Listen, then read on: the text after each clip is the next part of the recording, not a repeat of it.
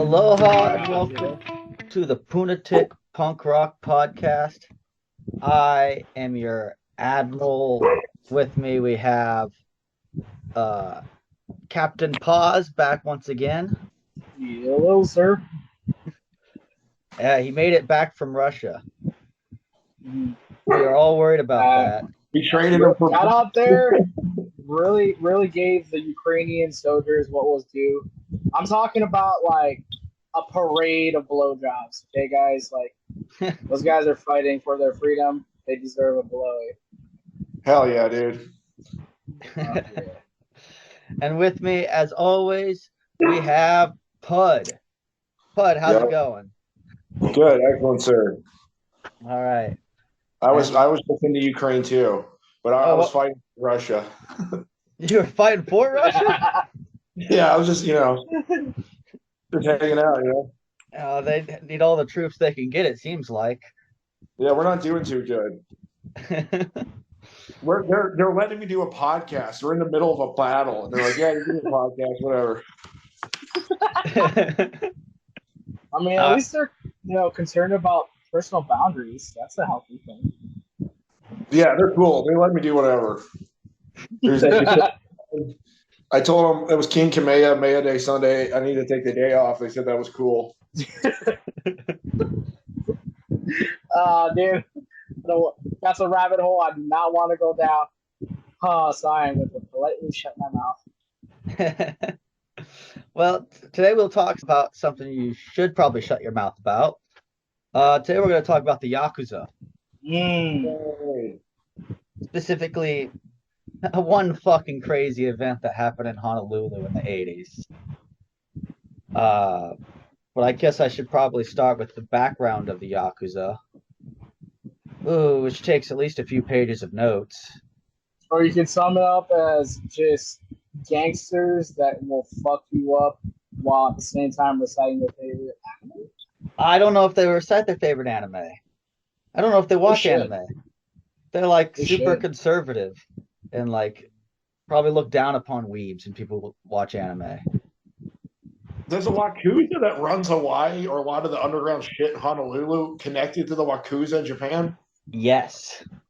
Okay, so they still like pay tribute to the old country? It depends on what clan. We'll talk about that. There's two different clans that operate in Honolulu. Is there? Yeah. Well, at least that I know of. I'm sure there's more, but I know of two. You definitely have my attention, my man. Yeah, it's like the Yakuza actually like runs shit out here. Like how people like to fantasize about old Godfather films. You could go to Honolulu and see like real gangster shit. They run gambling clubs, I know. Yeah, they're all over Chinatown.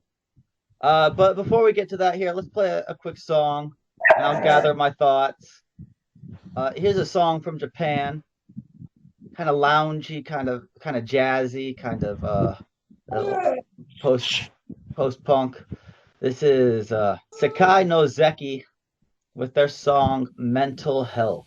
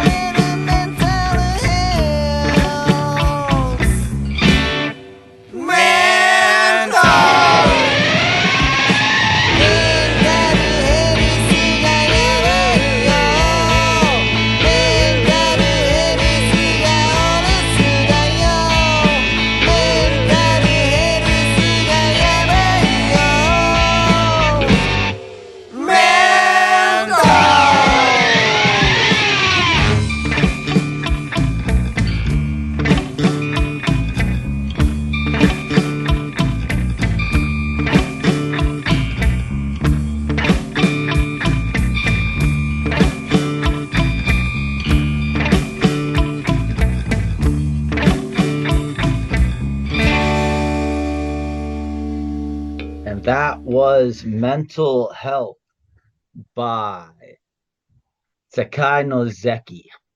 Yo, I know I'm pretty positive when it comes to a lot of the reviews, but I'm not gonna lie, I kind of needed that. That was a nice palate cleanser.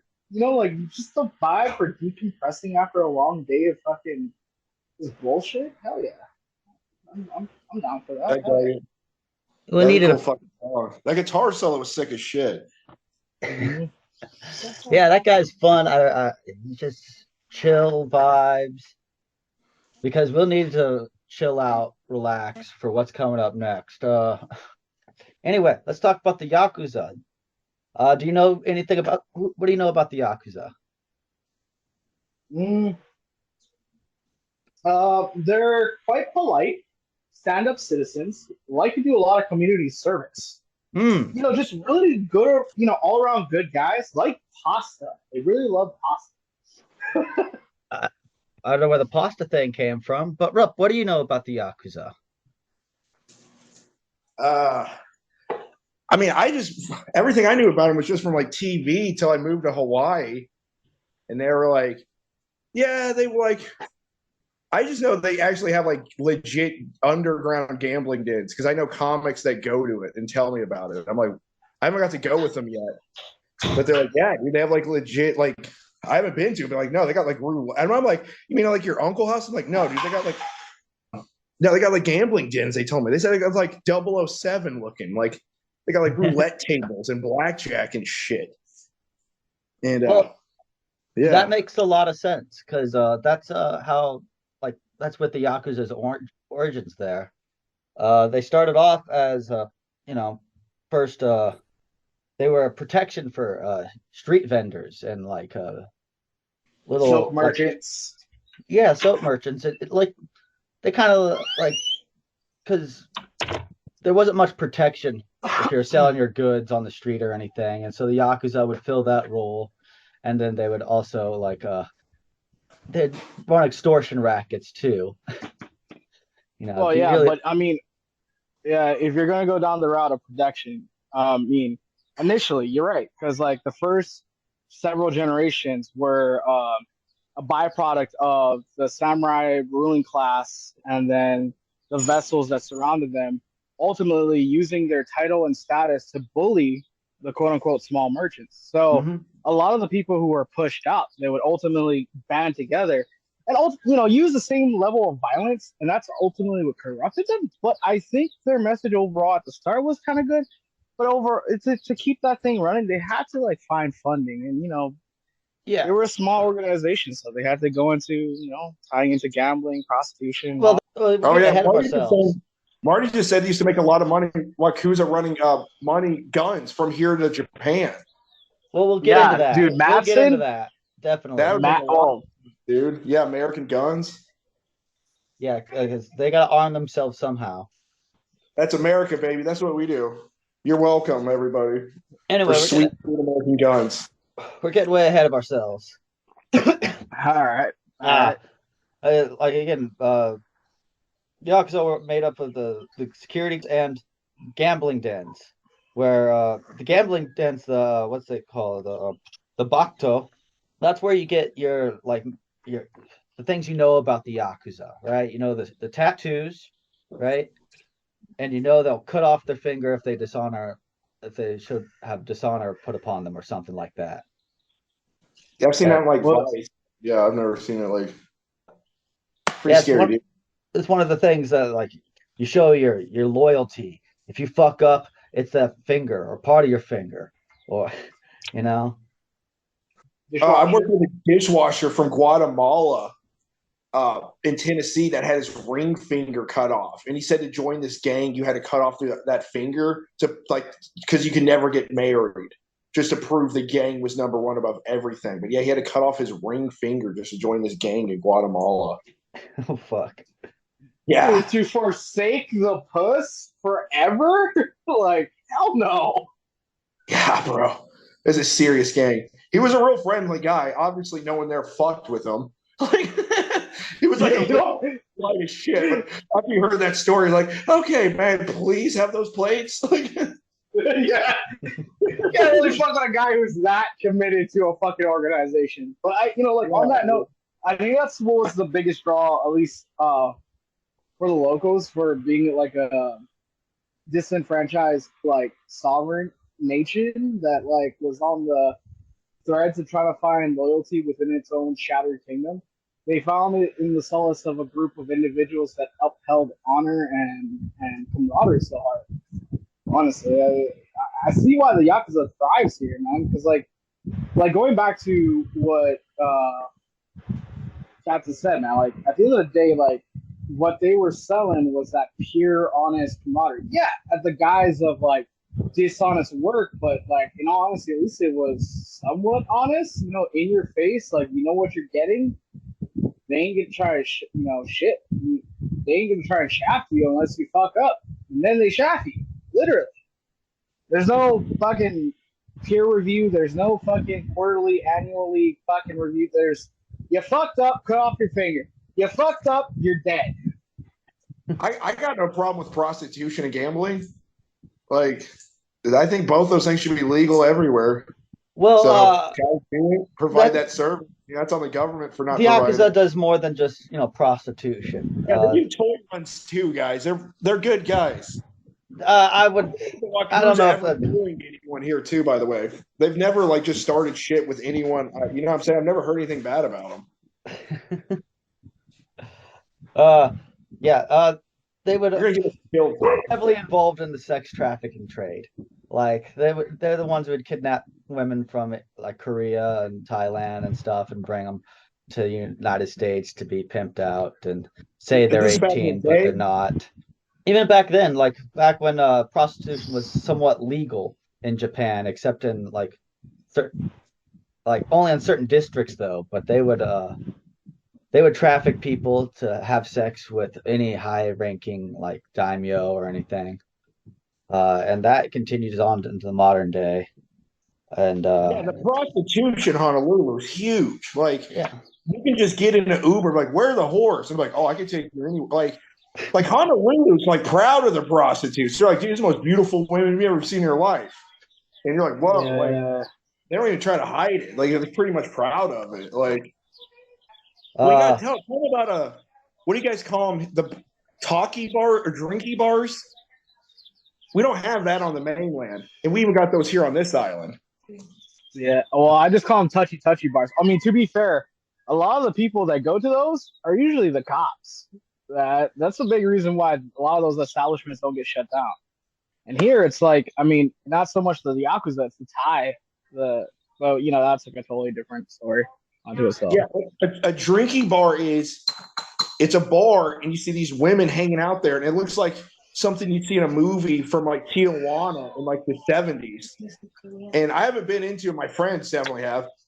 And you just walk in, and they said you buy them a drink, and then you go in the back room, and you can negotiate anything.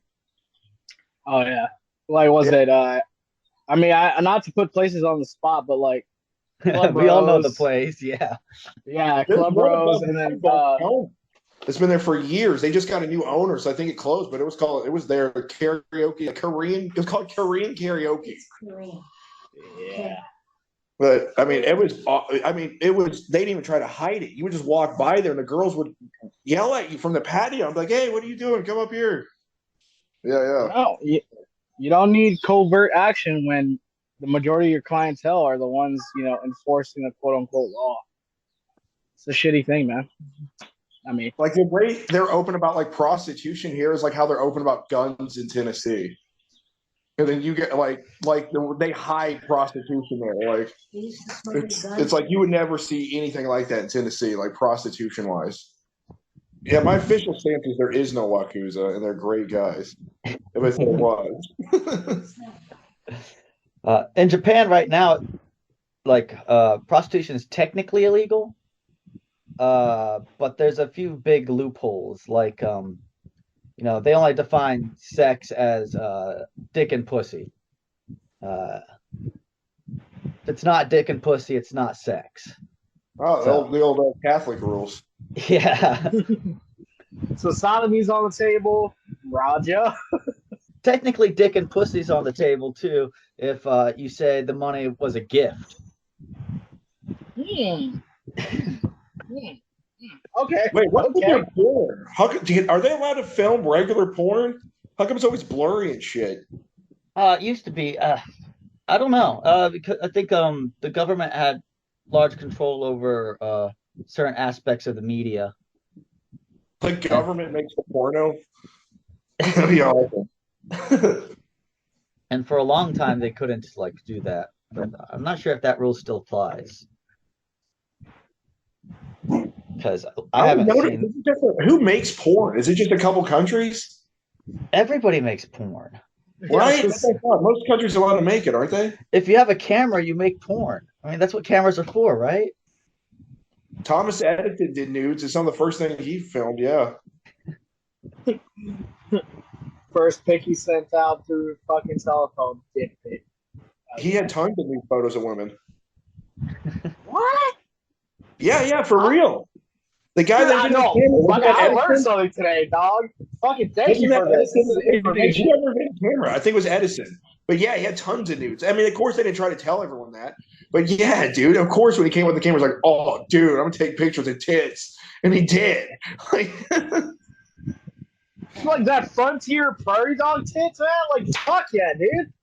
Prairie dog tits. Just Dustin Trail. Just some bitch in a covered wagon flashing him. That's gonna be the new porn tab I'm gonna look up, dude. Fucking covered wagon, fucking frontier just Annie Oakley's beat up tits, fucking like one's been dude. Fucking Annie Oakley can catch this fucking like dick fade, dude. Fucking she can have it. Fucking OK Corral, she could fucking spin my cock a bit. I don't give a fuck. She's a lady. Hell, yeah, dude. Fucking. Sorry, I don't even go down this rabbit hole, but yeah, no, dude. Fucking. I'll catch dysentery and Listeria for fucking good old fucking pioneer puss, dude. Good cholera, die like on the Oregon Trail. Anyway, let's play a song and then get back on track. Yeah. All right. This is from one of my favorite artists. This band is called Midori. Song is called Osharu. Album's first with a heart emoji. It's beautiful. All right. Give it a listen. あの子はちょっと手強いぞキラキラお目目を光らせてスカートペラッとめくれては手で笑いを隠してエサホイサッサお猿のかごやがホイサッサエサホイサッサお猿のかごやがホイサッサ驚いたそれはちょっとこっちもあっとびっくりとあの子はね頭のさネジがちょっと弱くてね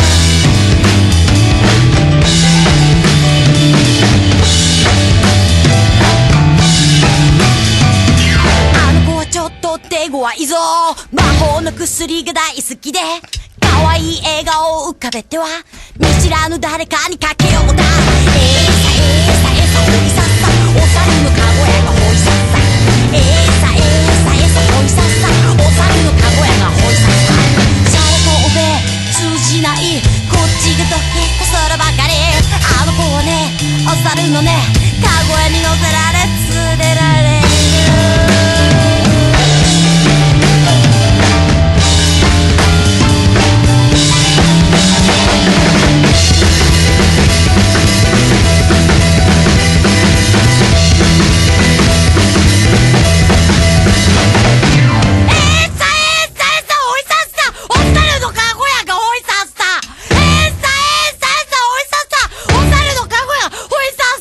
気がついたすでに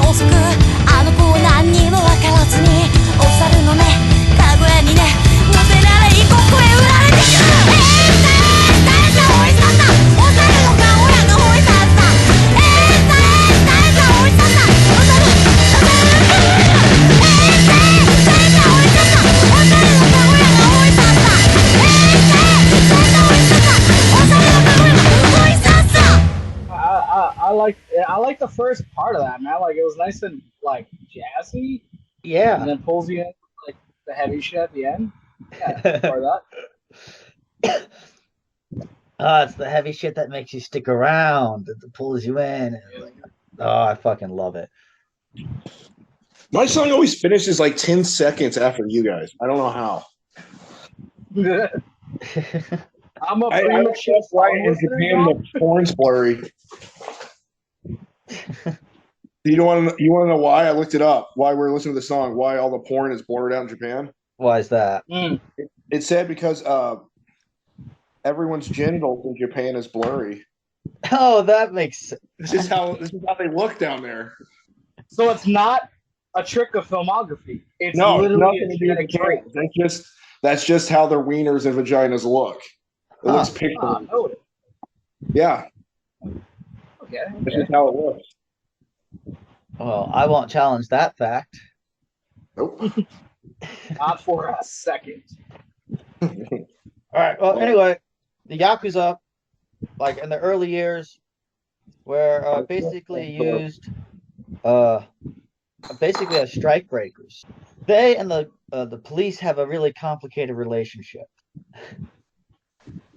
Like By complicated, do you mean they just turn their backs to their crimes? yes, and participate within both their crimes. Or, It's like that's teamwork right there, they're guys. giving each other that's reach arounds is what usually happens. That's fucking awesome. That's solidarity right there, guys. That's solidarity. Yeah. The police usually say, if there is to be crime, let it be organized. Respectable. Yeah, it does rhyme. You got to give it to them. Probably doesn't even rhyme like that in Japanese. I don't. They spend most of their early years as strike breakers and just beating up socialists and communists and anarchists and running drugs and doing what you do. Nefarious shit of the highest order. Yeah. They were so heavy into the drug trade, in fact, like their running of opium helped fund the armies invading Manchuria. And a lot of their because of their influence and their threats, they helped get a lot of the militaristic people in power. But like before they went to war with America, most of the Yakuza leaders were arrested and thrown in jail. No shit. Because was it ultimately like just to get them off the streets, like, or was it for something like to set up like a more nefarious plot?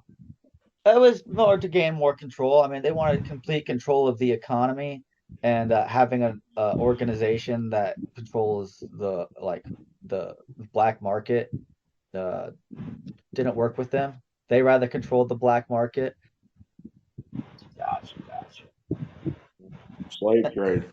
And so they set out a lot of World War II that they helped like foment and create.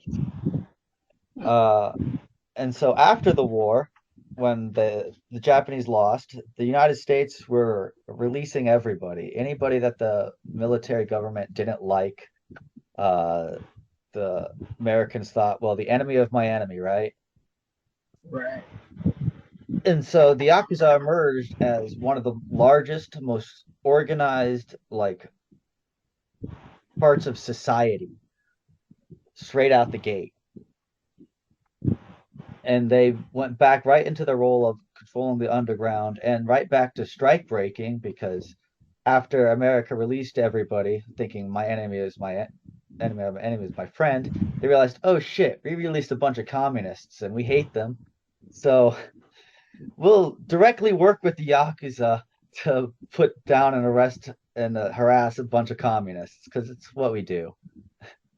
It's what we do. It's our thing. You like to brag about it, but it's there. You know. And so that's basically what the Yakuza have been and how they got like a shit ton of power. They've been useful to the government and the police. They've controlled and made the crime that happens in Japan what they call less violent or non-violent. And they've been putting down any threats to like power since the beginning. So they're well entrenched in Japanese society. Like That's good. Weather Yakuza is doing good. They have buildings with their logo on it, like public buildings where everybody knows that's the Yakuza. You go in to talk, it's like a fucking corporation. They have newsletters. That's fucking tight. I'm not gonna lie. Like, you're so established that you have nothing to fret about. That you literally just fucking publicize your goddamn organization. That's pretty fucking tight. So that's the Yakuza. They've been in Hawaii since at least the early 70s. 1970s or 1870s? The 1970s. Dude, I bet they were here way before that. They probably were, but like what we definitely know of is in the early 70s. Where they started like putting stuff in the papers. Yeah, there's this case of Takeshi Takagi. I mean, pretty much all of their influence is pretty much Oahu based, right? Out here in Hawaii, they don't run as much stuff out here on Big Island. Not unless they need to, and then they do. No. Yeah, but everything I always hear about him is over. Yeah, the guy owned a luxury home overlooking Honolulu, the country club in Waialae. He ran underground sex shows in Chinatown that would target Japanese tourists. You could only get in with Japanese visas and Japanese IDs. Oh, that's cool. I want to go see that. That's not fair. That was a big case in the papers. That was the 70s. And there was a bunch of a record trail of the leader of one of the biggest clans in Japan coming back and forth to Hawaii. The leader of who I'll have to talk about in depth, the Yamaguchi Gumi, because this is going to read like some fucking anime pilot, man. What I'm about to talk about next. All right. Fucking yeah. Let's put on a song before I get into this. Dude, you have my attention. You definitely have my curiosity, my guy. The Yamaguchi Gumi, probably the biggest Yakuza clan to ever exist by far. They're one of two Yakuza clans that I know of exist in Honolulu. The other being, what's it called? Somiyoshi Rengo. Somiyoshi Rengo. They have a lot of fingers in Honolulu. As far as I know of the Yamaguchi Gumi, I know their leader visits. I know they have some property, and I know of one fucking insane event that we're about to talk about after this song. This song is called Bang by the Substitutes from friend of the pod, Kevin Titt. Bang!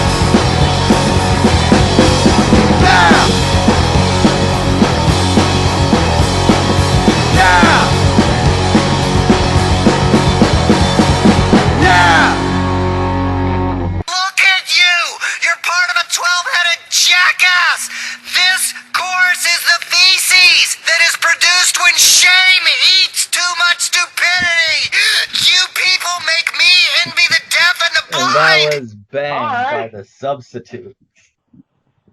That was a lot to take in at the end there, but I'm for it. God damn. What's that clip from? Is that South Park or Trailer That's Park Boys? King of the Hill. That's what's his King of the name? Hill. Dale Gribble. Oh, that's it. Fuck, I love Okay. Yeah. My hero, my Lord and Savior. Fucking Rusty Shackelford himself, dude. I think it's the episode when Bill joined the male choir. And he finally popped off out in the end. I love that shit. All right. Anyway, all right. So they started off as like a little like labor gang extorting the docks in Kobe Prefecture. But they quickly grew into one of the largest Yakuza families to ever exist. Is this in Japan or Hawaii? Japan. Okay, sorry. Nowadays, they're based out of Osaka in Kansai province. Especially after they're taken over by their largest boss, Taoko Kazuo, who was known as the Bear. Of course he was. Because he wouldn't be named something silly like the fucking Sunshine Unicorns. No. The Bear started at age 14 and kicked ass all the way to the top and brought the Yamaguchi Gumi to glory through ruthless, mostly land deals and murder, obviously. But, they got rich through construction and real estate and, being able to hide their gambling dens. And, it's easy to do the prostitution bins when you own the building. Right, of course. You helped build it. You funded everything about it. The whole neighborhood lives off of your funding. You got to diversify. It was smart. Yeah, so they crushed their rivals. And in the 1960s, they were number one. But in 1981, their leader died, and there was not a clear heir to what was going on. So this is where the movie starts. Everybody's gathered around the head of the family's bed, and the person who is supposed to be named heir is looks to be deathly sick. So they all agree in the interim to give it to his wife, Taoka Fumiko. That's her name. That is okay.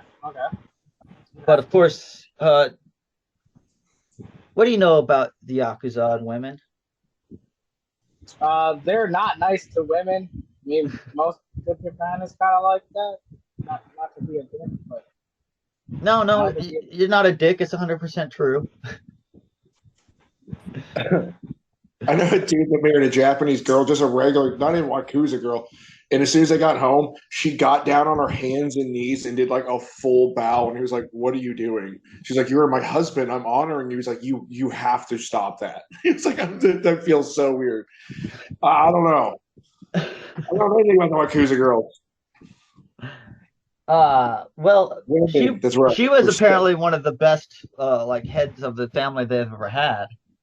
They kept like factions that are about to go to war with each other from going to war with each other. She kept the business going and it kept all the connections running. But the Yakuza itself really, really did not want a woman running things. right. Although she was holding together the entire organization. Yeah, she was holding shit down. And so Fumiko arranged for an election between a couple of the heads of family. And between the right-hand man of Taoka Kazuo, Tanaka Masahiga. Marty keeps laughing at all your pronunciations, dude. Every time you say something Japanese, she's snickering. I'm fine. sorry. I'm sorry for that. You can snicker at me. I've been snickered at all my life from I can't pronounce English, Hawaiian, Japanese. Marty pretty much knows anything I ever hear in Japanese. I can say, "Marty, what did they say?" And she knows what they said. They pretty much, I don't know. She knows a lot about Japan, or at least how to speak it. Masahiga. Oh, yeah, her dad spoke. Her dad. Tanaka professionally Masahiga. spoke That's Japanese. his name. And Yamamoto Hiroshi. Yeah, All those right, were the so- two candidates. All right. All right. Yeah. No, just give them short little names. Yomo and because I'm getting confused. Well, the one you need to remember is Takanaka. Takanaka. Yeah, he's the favored one. Fumiko will in the vote, people will claim will tip the scales in his favor. And his rival well, he thinks someone stole the election from him, is what happened. Oh, got a January 6th situation going on here. So he So broke off. he's a sore loser, or Yeah. Well, he's not necessarily wrong either. Wait, who are the two guys? Oh, I thought it was. So these are two guys. Air that was going to take over was deathly ill, so they said we're going to give us a leader's wife. Mhm. So it's not one of those guys that's fighting for it. No, it's the leader's right-hand man who wasn't named Air, and a business, like one of their big business heads who was getting a shit ton of their money and really helped them expand into South Japan and Kyushu. And it was between these two. Gotcha. All right. And Fumiko pushed the scales in favor of Takanaka, and Yamamoto did not take that lightly. And so he and 7 other family heads split off and formed a rival gang. Dun dun dun. Yeah. Dun dun dun. It's called Ichigawa Kai. all right. So, like, what was the climactic end of this, man? Like, I don't know if you're trying to edge me or build anticipation, but like, what'd she do? Like, they start the rival gang, like, fucking, they go to war, like. Yeah, they went to war because Okay. Tanaka and Yamamoto. Yamamoto started a rival game called the Ichigawa Kai. Yeah, you gotta say like And Ichikawa Kai. they tried to, I think Hope was a guy named Ichikawa. Good dude. taking shit from the family, just splitting off. You can't do that. So there's a few. They went to war, but the leader Takanaka, he offered, lenience to those who came back. There was a lot of fighting, Man. and so he offered, you come back, we forgive everything. What about finger chopping? Any finger chopping? Probably. I don't know. I know they didn't kill him. Don't they put beads in their dicks too? I think that's a thing they do too, right? Sorry, I'm getting distracted. I just thought of that. I think they do. So, the Ichigawa Kai, they were getting desperate. They were losing members really quick.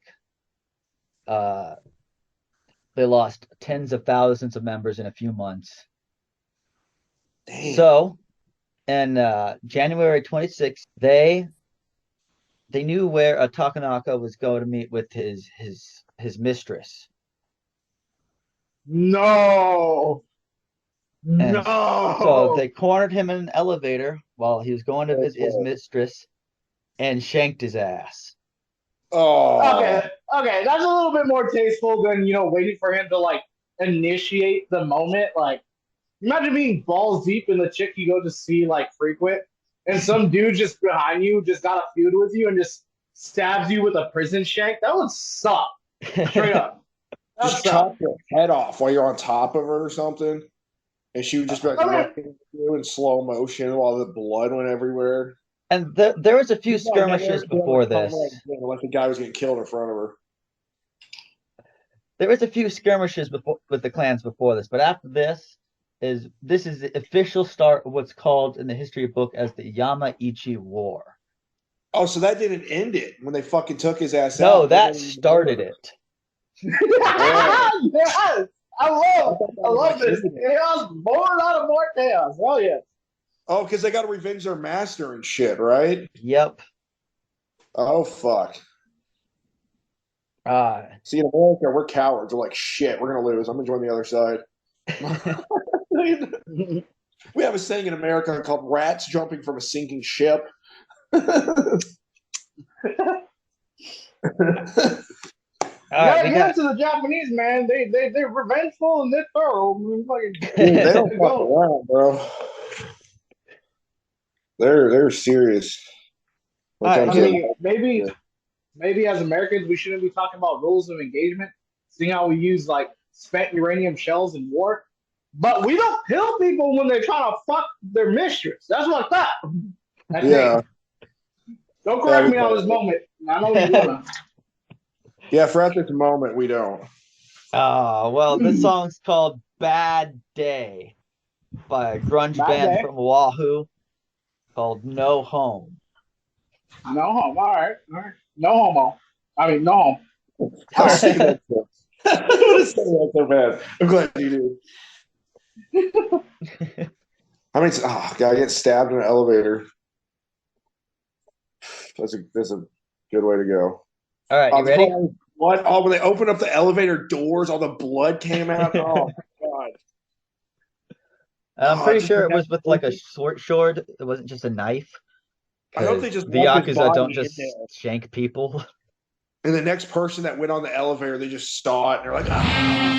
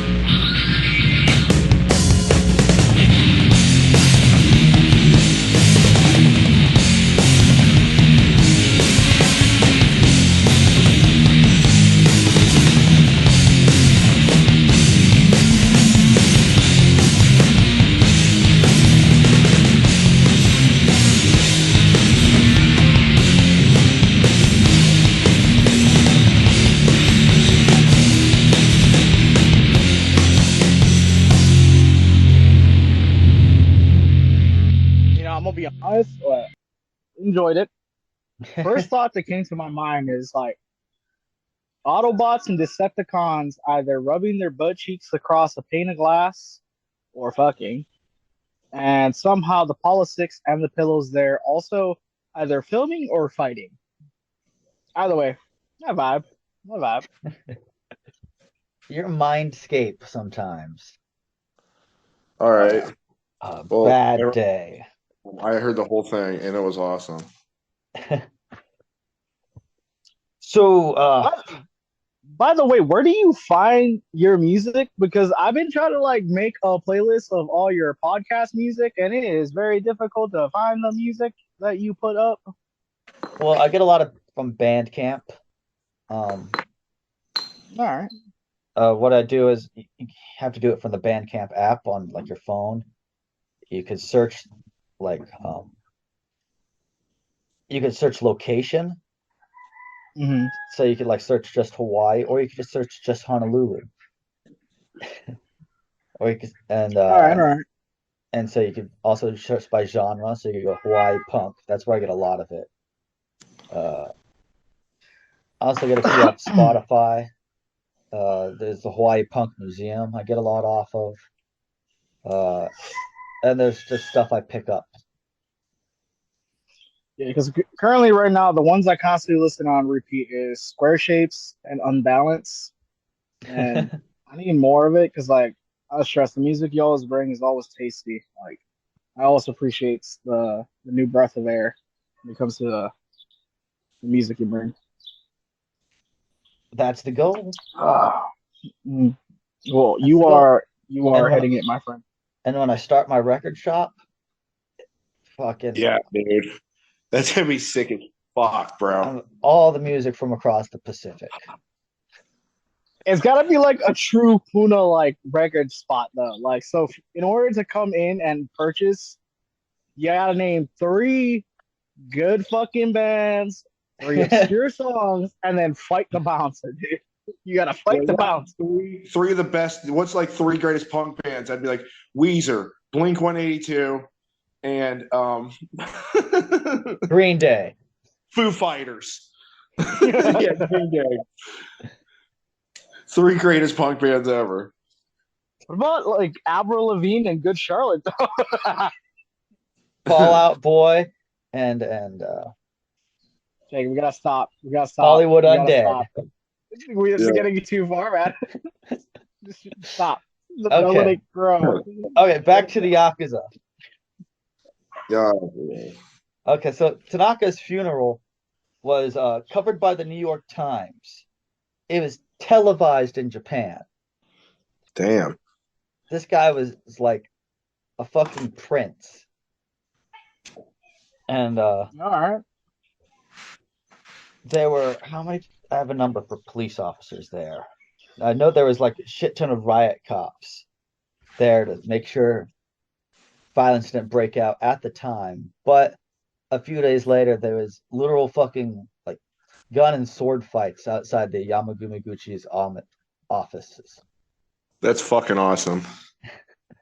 Fucking straight out of an anime, like. But a lot of sword play. Because in Japan, getting guns, even for the fucking mob, is a fucking chore.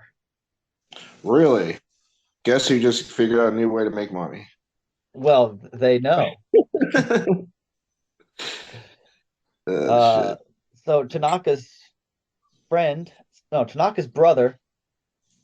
said, "Hey, I have a way to get fucking guns. We have a bunch of connections in Honolulu. We have, we run gambling, we run cockfighting, we run underground casinos, we traffic people. We own a shit ton of land. A guy named Genshiro Kawamoto, a retired Japanese, he once wanted to join the country club, but they wouldn't allow him. And so what he did was he bought like a shit ton of properties in their neighborhoods and gave it to like people who couldn't afford normal houses. It was great for the public, except he wouldn't upkeep at all. So he just became the biggest fucking slumlord to bring down the prices of these assholes who didn't let him into the country club. Fuck yeah, dude. I mean, Yeah, kind of Fuck shitty deals you for the to public. all of you. Yeah, like you can't let me into this one spot. I'm gonna depreciate the value of the overall spot by plummeting tax. Fuck yeah. Eventually, he had to sell the properties, and when asked about his losses, he said, "It's just a drop in the bucket. I don't give a fuck." I respect the man's work acumen. Clearly. Let's see. There's a bunch of other properties owned by the Yakuza on the islands. There was Turtle Bay Hotel was owned by at least the owners had a lot of connections with the Yakuza. Dude, what? Yeah. I dude that hotel's fucking banger, dude. I was just there last year. I don't doubt it. It's fucking awesome. But yeah, the people who built it had strong Yakuza ties, and we think they suspect that one of the heads was definitely Yakuza. A shit ton of golf courses are owned by Yakuza. Like a shit ton of golf courses. All right. Is golf big in Japan? No, but it's a great property investment. Oh, okay. That's all it is. It's just making money through property. They don't fucking care. So with these connections, they thought, we'll come to Hawaii. We know a guy. This guy. You gotta want to remember this guy's name. Well, it's not his name, but it's his name. All right. This guy's name is Sosake Hiro. All right. And so they come to Sosake Hiro and say, "Hey, we need some guns. We need to actually fight a war." And Sosake Hiro's, "We got you. I got you. All right. I got some connections with the U.S. military. I could get you a shit ton of guns, a shit ton of rifles. Hey, I probably could even get you 3 rocket launchers." What the fuck? Yeah. Not one. I think 3 of these motherfuckers. Well, we know of at most 3. We know of at least 1 because hint, hint, this whole thing fell apart eventually. Well, oh man, I was about to call him the Daimyo of no chill, dude. I would have followed him into battle. Dude, he probably just jacked that shit from Schofield Barracks, dude. Fucking like. Fucking leave. Oh god. Yeah, dude. I guarantee, dude. It's probably so chill back then. Well, this would be a good idea. If Sosake Hiro wasn't a fucking narc. What? Working for the DEA. Oh. Trying to bust the Yamaguchi Gumi for years. So this is in America. Their connection in America was a little rat. Yes. Was he a Japanese guy or Japanese American? He is a Japanese guy.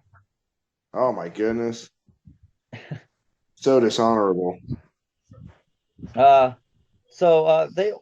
DEA organized a sting for a shit ton of meth and heroin, for a shit ton of guns, rifles, and a few rocket launchers. And while they're talking, they tried to get the undercover DEA agents they tried to hire them to kill the leaders of the Ichigawa Kai. Damn.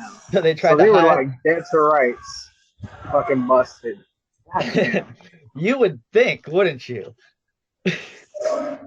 I mean, yes. I'm assuming so.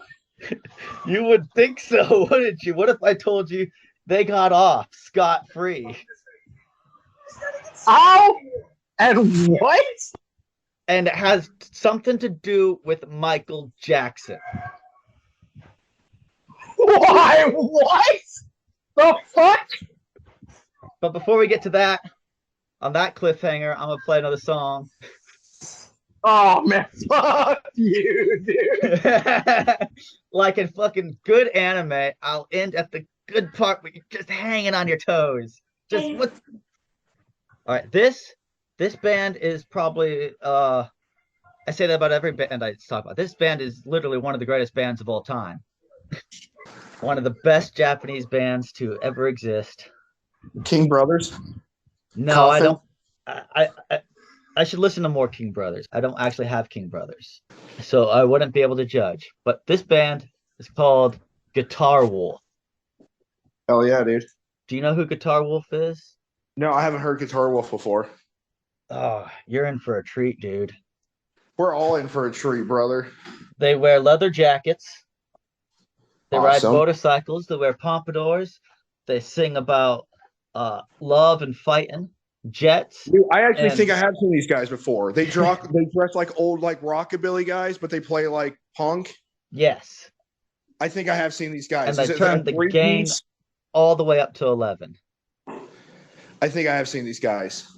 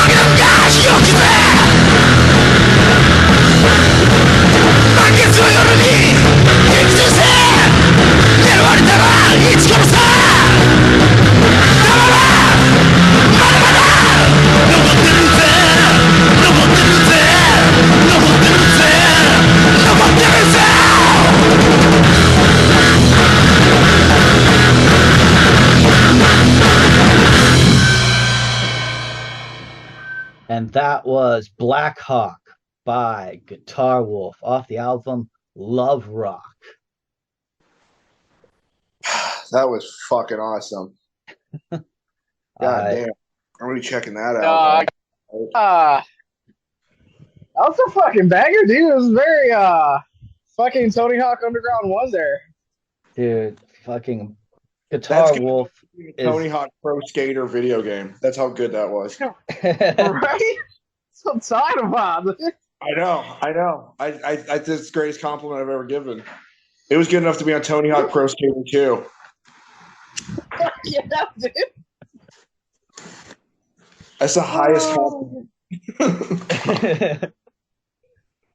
think it should be the national anthem. I don't know what that other song's about. All right, so I'm gonna tell you how these guys got off trying to buy rocket launchers for meth. They're trading rocket launchers for meth. Yeah, that was the trade. Because the Japanese government were the ones who really they had a shit ton of meth in World War II. And when the World War ended, the Yakuza picked up their supply and distributed it all around the world. Of course. Like one would. Yes. So, remember I told you... Guys get cooler and fucking cooler. I fucking love the Yakuza. Fucking, if they're taking applications, goddamn. Right. You and Howley John. Howley John's the only Yakuza known Howley in the Yakuza in Hawaii. But that's a whole different story. But would they discriminate against me because of my poor, shitty fucking Caucasian fucking genes? Not unless you're Howley John. You know, let's say, they're some of the biggest xenophobes. I mean, how dare you be tall? How dare you be tall and have a jaw? Yeah, what the trade was I'll cut off all my fingers, dude. I'll prove to them. Like, I actually calculated how much the meth and heroin was worth. It is worth $158 million today.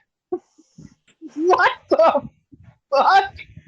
how much was it in weight? I don't know how much they always say it was worth, but how much was it weight? Oh, I should have got that. I got what it was worth then and what it's worth now. That's a lot of that. Yeah, it was worth was 56 million at the time. 65 million dollars worth of meth. meth? Yeah. Jesus. Meth and heroin. It's meant to be delivered via Hong Kong. But this is where the first hiccup started. The Hong Kong police arrested them.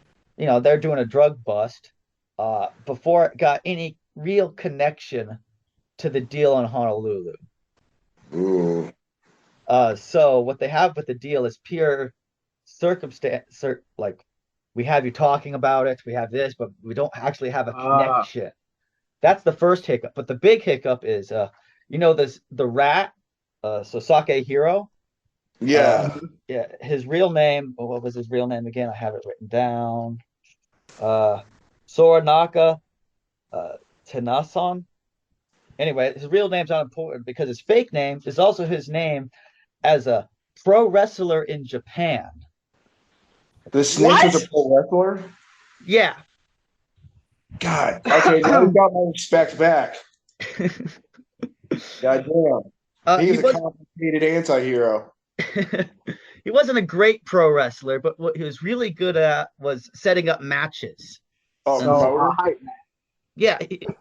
He was an organizer more. Promoter. And a hype man, yeah, too. He would talk up game and get these two people to fight. He would fight certain matches too. But he was really good at organizing. And so this is when the DEA got in contact with him. Long before this event. And said, hey, if you could organize something with the Yakuza and get them on thing, we got a deal. We'll pay you. In fact, we'll pay you monthly from now on if you're just our guy. Wow. And so, like, from at least maybe a year before the actual sting or even connection with the thing, he was trying to get into bed with the Yamaguchi Gumi and trying to make all kinds of deals. Most of the time he was blown off, but when your brother gets assassinated as the head of the clan, you look toward anybody to make a deal. Right. But this deal wasn't the only thing they promised him. I mean, he'd been trying to get in bed with the Yamaguchi Gumi years, and one of the things he promised them he could do was to get Michael Jackson to play a tour in Japan. Michael Jackson? Way. Yeah. In fact, they paid him to do this. They gave him money to put this tour together. Fuck. And so their defense was saying, "Oh no, we weren't here to make a drugs for trade deal with rocket launchers and meth. No. We were here because we learned that this guy we gave money to for this Michael Jackson concert was not credible, and we came to get our money back. And all this, rocket launcher business was just all entrapment." Fucking crafty motherfuckers. And I swear to God, you better not play another song. I just want to ask a question. Did he get his comeuppance? I hope they filleted this motherfucker head to toe. Uh, no. What? What? As far as I know, this guy died in 2008 from liver failure. It's fucking so unfair. Uh, Dude. so you might think, okay, that's all very suspicious in all kinds of points, but clearly they got him on record for trying to make this deal, right? I mean, the guy apparently was there with the rocket launcher and said, "I could kill the leader of the Ichigawa Kai with this." But the Yakuza have really, really good lawyers. And so their whole defense pinned on the definition of hai. Like how it means yes in Japan and hello in American. No, no, no. How it means yes in Japan, but also like, okay, I understand. Like, it's kind of like okay, where it's not just yes, but it could also mean, yeah, okay, I hear you. So to just to clarify, the ambiguous nature of vocabulary as used before in previous trials of a high sort literally allowed them to skate out of there with such a simple fucking excuse as trying to collect on a refund for a tour that was promised and never sought for. Are you fucking for real? And this guy died of liver failure? Yep. The fuck?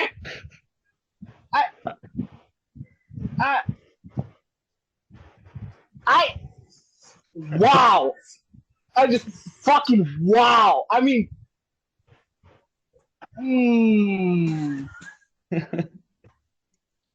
And that is the story of the most high profile case of the Yakuza in Hawaii So far. so far. Yeah. I think there's a few stories of some police officers being Yakuza, but that might also just be Hawaii 5-0. That'll be the story about how they killed 3 podcasters. But talk too fucking much. Fucking, I hope they're like fighting a naked fucking greased up dude with a walking cane up his ass, because I ain't going down without a silly fight. I'm fucking grabbing booty holes. Peeker will protect me. My dog, right, Peekers? She'll give him kisses and distract him. We have swords too over here. You know. Oh yeah, so the Ichigami, the Yamaichi War did finally end. Ended in 1989, and the Yamaguchi Gumi won. And so yeah, not only did he get away, his side won.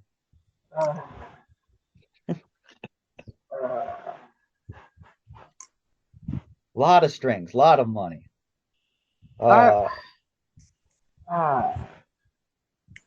And that's the end of my story. Okay, I'm gonna lie. I'm not gonna lie. I loved it, but there was so much justice that was not served. First off, I would have been cool with it if they got the rocket launchers for the Mets. Like a bunch of Met out assholes with rocket launchers. That just sounds groovy. Yeah, I wish they could have used the rocket launchers. Right. And 2, no Michael Jackson tour. Like, really, motherfucker? Well, there was a Michael Jackson tour a few years later, but it had nothing to do with the Yakuza. Dude, I bet when Michael Jackson saw the DEA walk in, he was like, "Oh God, it's about all that kid fucking." And then they were like, "Oh, we're here because of bazookas." He was like, "Oh, what?" Like, oh boy! Like, what do you think the Yakuza was talking to Michael Jackson? They're like, "We can give you money." He's like, "I got all the money I need." And they're like, "Well, what do you want, Mr. Jackson?" He's like, "There's only one thing I want." Like, give me, oh God. Give me all your lolis and shotas. I will have them. Oh, yes. No. Yeah, and the Yakuza are into that shit. Fucking liver failure? Really? A lot of Yakuza die of liver failure. They drink a lot. Yeah, but Like I said this earlier, and I stick by it. You, my friend, are the biggest cock tease ever. I swear. well, I wish they could. I'm sorry, there's no absolution in this story. Like somehow, like Yeah, it's still going to the day, right? I mean, there's still the battle continues. It's well, like the Civil War. It's only halftime. the Yakuza has been slowly losing ground over the years. They started. There've been a lot more crackdowns. They're no longer really needed by the political elites, so they've just been kind of no longer turn a blind eye. Is that it for the episode? Yeah, Dude, that was a good one. Let's end with one last song. Yeah, dude. This is by The Red Rocket. Off the album Raw Really? Trash. All right. With the song I Wanna. Hell yeah. And after that, we'll say our goodbyes and call it a night. Yeah, this is the fight the hippies. The bad hippies, not the good ones, because there is good ones. Not all hippies. Hashtag. I know. I'm just saying that because there's got to. I'm sure. There's statistically got to be a few good ones. There's got to be one or two in there. Whoever All still right. makes acid, I think, is hippies.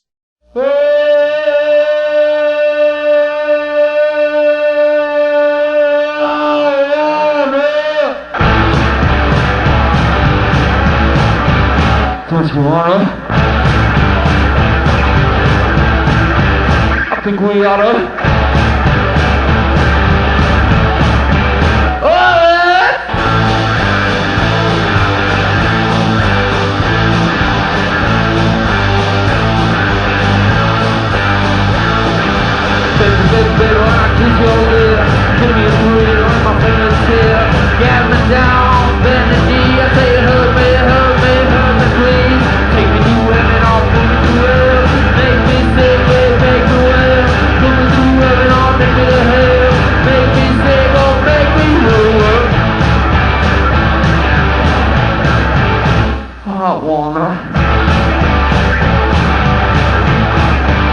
Don't you wanna? I think we oughta. Alright!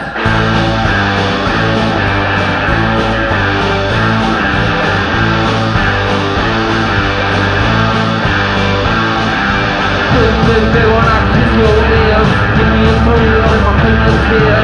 Get me down, bend the knee, I say hurt me, please. Take me to heaven, I'll put you to hell. Make me sick, make me well. Put me to heaven, I'll take me to hell. Make me sick, make me well. I know that was like a bumper, but like it was kind of a. How do I put this? I don't want to say tranquil. Like, it was a rampy song, but like chill. Yeah, I get that. Kind of just like a nice ride. Yeah. It's just chilling, joint in the hand, driving down the road. Yeah.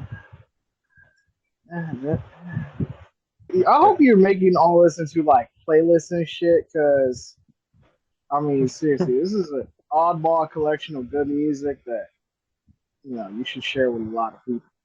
Well, that's the plan, and I have a shit ton more. I just listened to for the next project. I'm still listening to 50 hours of Latino punk rock. See, I respect that. All right, thank you for listening and joining me in this adventure and learning about the Yakuza and rocket launchers and crystal meth. I mean, if that does not sum up Hawaii, I don't know what will. Slumlords, country clubs, cults, crunchy people, fucking vague verbiage, like, yeah. Michael Jackson, god damn it. That's everything. Yeah. Yeah. Beautiful All right. tale. And so, good night. Mahalo nui loa. And see you next time. Raj. Peace out. Well, I'll take it in. Take me, take me.